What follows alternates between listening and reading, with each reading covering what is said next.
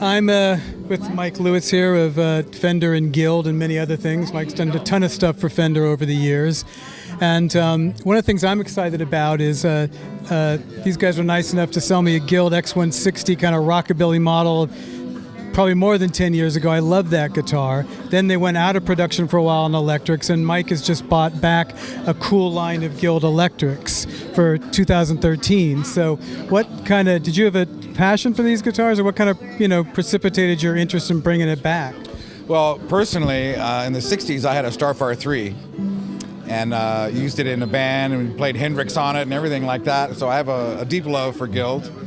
But as far as on the business side, the company asked me to look into it and see what it would take to bring back a line of electrics, both USA made and an imported line. I did a bunch of research on which models we should do, kind of based on what's available in the vintage market, what they kind of go for. Obviously, the more valuable vintage guitars are the ones we chose to do in the USA. In addition to doing some research on what vintage players dig, was there any personal vibe that you kind of brought to it about what you loved or thought you should bring back?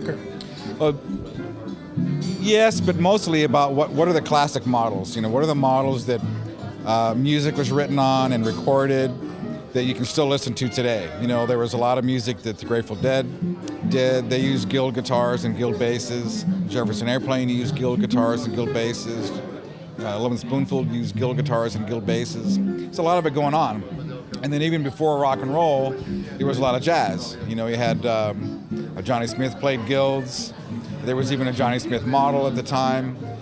So it was like kind of at the birth of the electric guitar and rock and roll and music of the 60s, the whole psychedelic area.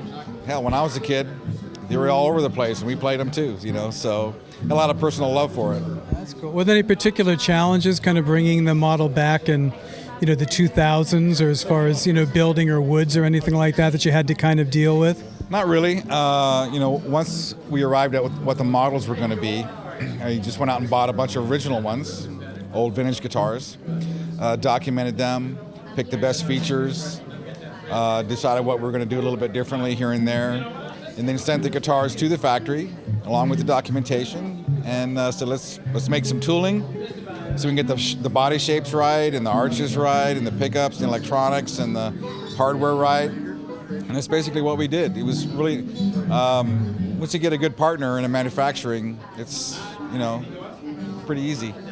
Well, and it's cool that you decided, I guess, like I said, for the more valuable vintage models, you went, USA made, and then you also went offshore to bring some affordable models in as well, right? Right.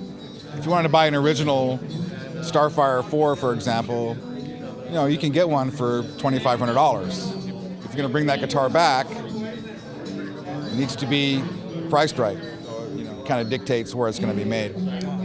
Well, that's Guild. They're back. And thank you very much, Mike, for telling us about it. We're out.